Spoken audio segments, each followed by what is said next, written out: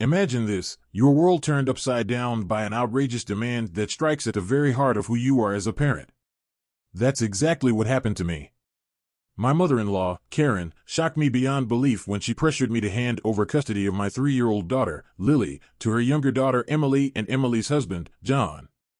She didn't stop there. Karen went as far as threatening court action, accusing me of being an irresponsible father. How could she say such a thing? I'm not irresponsible. I'm a 35-year-old single dad, and Lily is my whole world. Since losing my wife, Sarah, to cancer 2 years ago, a devastating blow for both me and my little girl, I've done everything in my power to rebuild our lives. Day by day, I've poured my love and energy into giving Lily the stable, happy home she deserves. Yet here was Karen, questioning my ability to be the parent Lily needs. Her reasoning? Lily, she claimed, needed a proper family, complete with a mother figure, and that Emily and John were better suited to raise her. My heart sank. How could anyone believe that tearing Lily away from her father, the one constant in her life, would be in her best interest? I calmly explained to Karen that I would never relinquish custody of my daughter. Lily is my joy, my responsibility, and my reason for moving forward. I've structured my entire life around her needs, rearranging work schedules, hiring a trustworthy nanny, and ensuring Lily thrives with enriching activities and playdates. But Karen refused to listen. Instead, she lashed out, accusing me of selfishness and insisting that I was blind to what was best for Lily. Things spiraled from bad to worse when Karen threatened legal action, claiming she had evidence to prove I was an unfit parent. Her words stung like daggers. What evidence could she possibly have? I demanded an explanation, but she offered none, only the repeated assertion that Lily deserved a normal family life with Emily and John. I stood firm, reminding her that I am Lily's legal guardian and that there was no merit to her claims. Taking Lily from her home, her routine, and her father would be a cruel upheaval. But Karen stormed out, warning that I'd hear from her lawyer soon. I was left reeling, angry, hurt, and bracing for a battle I never wanted to fight. Since that day, I've kept meticulous records of every interaction with Karen and every detail of Lily's care. I've consulted with a family lawyer, determined to protect my daughter. Still, I couldn't help but question myself. Was I being selfish? Should I have considered Karen's proposal more seriously?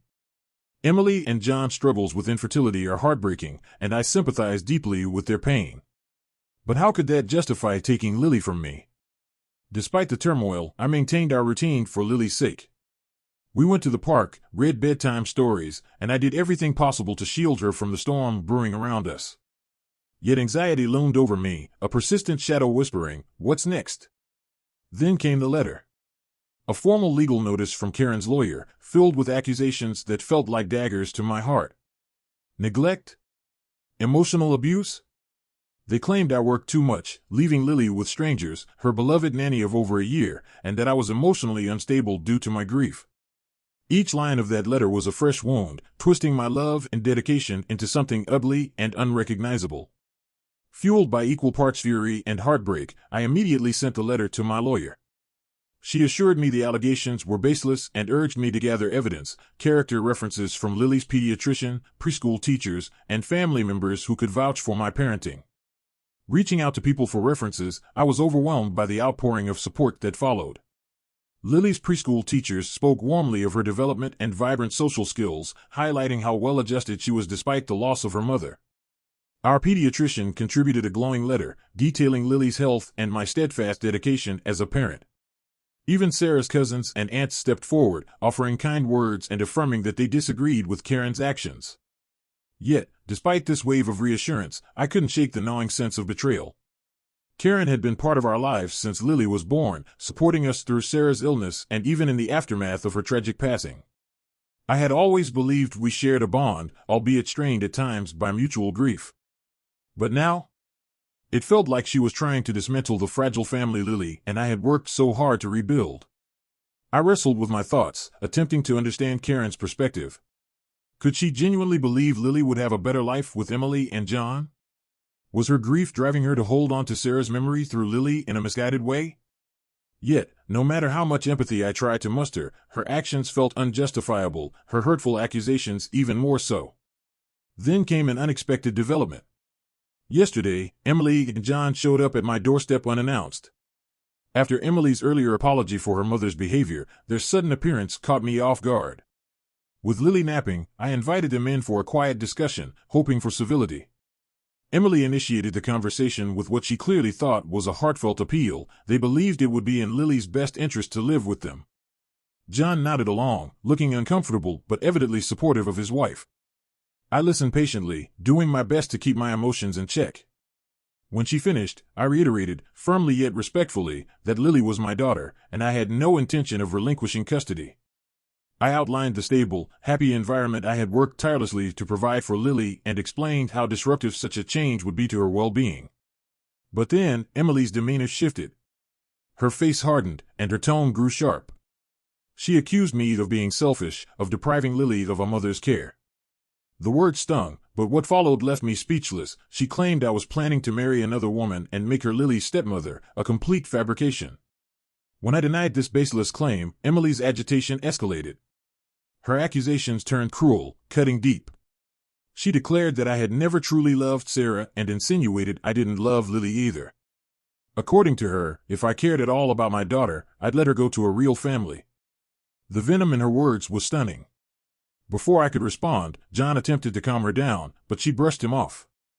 She stood abruptly and declared they would return with their lawyer, warning me to prepare for a custody battle. Then, they left, leaving a storm of emotions in their wake. I sat in stunned silence, trying to process the encounter. Once I gathered myself, I immediately called my lawyer to update her on the situation. She advised me to document every detail of the visit and reassured me once again that their claims held no legal weight. That night, as I tucked Lily into bed, I held her a little tighter. I made a quiet promise, to her and to myself, that I would fight with everything I had to protect her and preserve our little family. The road ahead felt daunting, but my resolve was unshakable. I knew the battle would test me, but Lily's happiness and stability were worth every ounce of strength I could muster. Just when I thought I had come to terms with this new challenge, the situation took another shocking turn. 2 days later, Sarah's grandmother, Elizabeth, called me. Her voice, usually calm and measured, was laced with urgency. What she revealed left me reeling. Elizabeth had overheard a conversation between Karen and Emily, and the truth behind their sudden interest in custody was chilling. It wasn't solely about family or providing Lily with a mother figure. Their motivation was financial. Sarah had inherited a substantial sum from her late grandfather, and together we had placed it in a trust fund for Lily's future. The money was legally hers, inaccessible until she turned 25. But Karen and Emily saw an opportunity. If they gained custody, they could control the trust. Their aim? To solve Emily's financial struggles and fund her expensive fertility treatments. The revelation ignited a fire within me. The thought of my daughter being used as a pawn in their scheme was infuriating. It explained the lengths they were willing to go and the venom behind their actions. Wasting no time, I contacted my lawyer and laid everything out.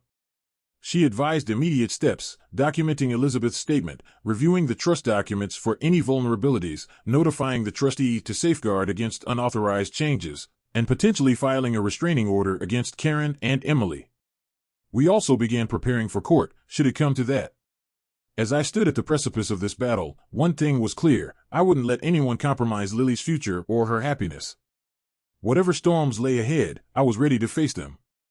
The days following Elizabeth's revelation were a whirlwind of preparation, reflection, and determination.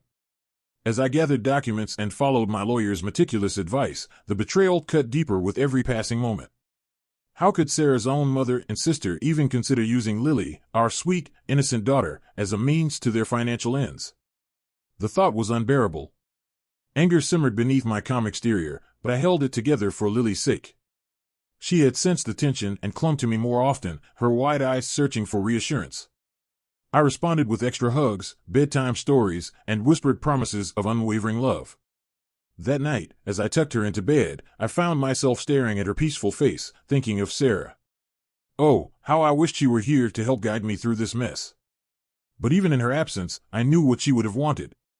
She'd be proud of how fiercely I was fighting for Lily. Silently, I vowed to both Sarah and Lily I would protect her with every ounce of strength I had. As the legal battle loomed on the horizon, I couldn't help but question, how had money managed to twist this family dynamic so completely? And more importantly, how could I shield Lily, not just from this immediate storm, but from future attempts to exploit her innocence? A week later, Karen reached out. She proposed a meeting, claiming she wanted to resolve things civilly, without involving the courts. Hopeful for an end to this nightmare, I agreed. We met at a quiet cafe, a neutral ground where emotions might stay tempered. Karen and Emily were already seated when I arrived, their expressions strained but masked with politeness. Karen opened the conversation, insisting they wanted to find a solution that worked for everyone. Emily chimed in with a suggestion of more frequent visits and even overnight stays for Lily. I let them talk, keeping my silence, my face impassive. When they finished, I took a deep breath. The moment had come to lay all the cards on the table. I know about the inheritance, I said, my voice steady but firm. The reaction was instant. Karen's face went pale, and Emily's eyes widened in shock. They exchanged panicked glances, their facade cracking. I continued, this isn't about Lily's well-being, is it? It's about Sarah's inheritance. That trust is for Lily's future, and it's legally protected until she turns 25. Karen attempted to interject, but I raised a hand to stop her. Let me finish. Sarah and I created that trust together for Lily's education and future security. It's not accessible, not to you, not to me, not to anyone else. Emily's eyes filled with tears, though whether they were from guilt or frustration, I couldn't tell. Karen's lips pressed into a thin line, her resolve crumbling under my steady gaze. Using Lily as a pawn for financial gain is beyond unforgivable, I said, my voice rising slightly. This stops now. No more threats, no more accusations, and no more attempts to take her away from me. Karen's face hardened. You can't prove anything, she spat, her defiance a last-ditch effort. Are you willing to risk it? I countered sharply. Because I am. I'll do whatever it takes to protect my daughter. The silence that followed was heavy, almost suffocating. Emily finally broke it with a weak protest. We just wanted what's best for Lily. No, I replied, my voice resolute. You wanted what's best for yourselves. Lily is happy, healthy, and loved, that's what's best for her. I stood, ready to leave. This is your final warning. Stop now, or we'll settle this in court. Believe me, you won't like the outcome. As I turned to leave, Karen called after me. You can't keep us from seeing her. I paused, looking back one last time. I never wanted that. You're still her family, but it's up to you now to prove you deserve to be in her life. The drive home was a storm of emotions, relief at confronting them, sadness for what had been lost, and a renewed determination to protect Lily. That evening, I hugged her tightly, grateful for her innocence amidst the chaos. Someday, I hoped she would understand that everything I did was out of love. 6 months have passed since that confrontation. The road hasn't been easy, but life has found a new rhythm. Karen and Emily eventually apologized, their remorse sincere but not entirely trusted. They now see Lily once a month under supervision, a small step toward repairing fractured bonds. Lily, blissfully unaware of the turmoil, continues to thrive. Her laughter fills our home, her spirit a constant reminder of Sarah's love and legacy. I've even started a support group for single parents navigating loss, finding solace in shared experiences. Each day is a step forward, a testament to the strength we can find in the darkest times. Sarah's memory lives on in every smile, every hug, every moment with Lily. And no matter what challenges lie ahead, one thing remains certain, Lily's future is secure, and she will always know how deeply she is loved.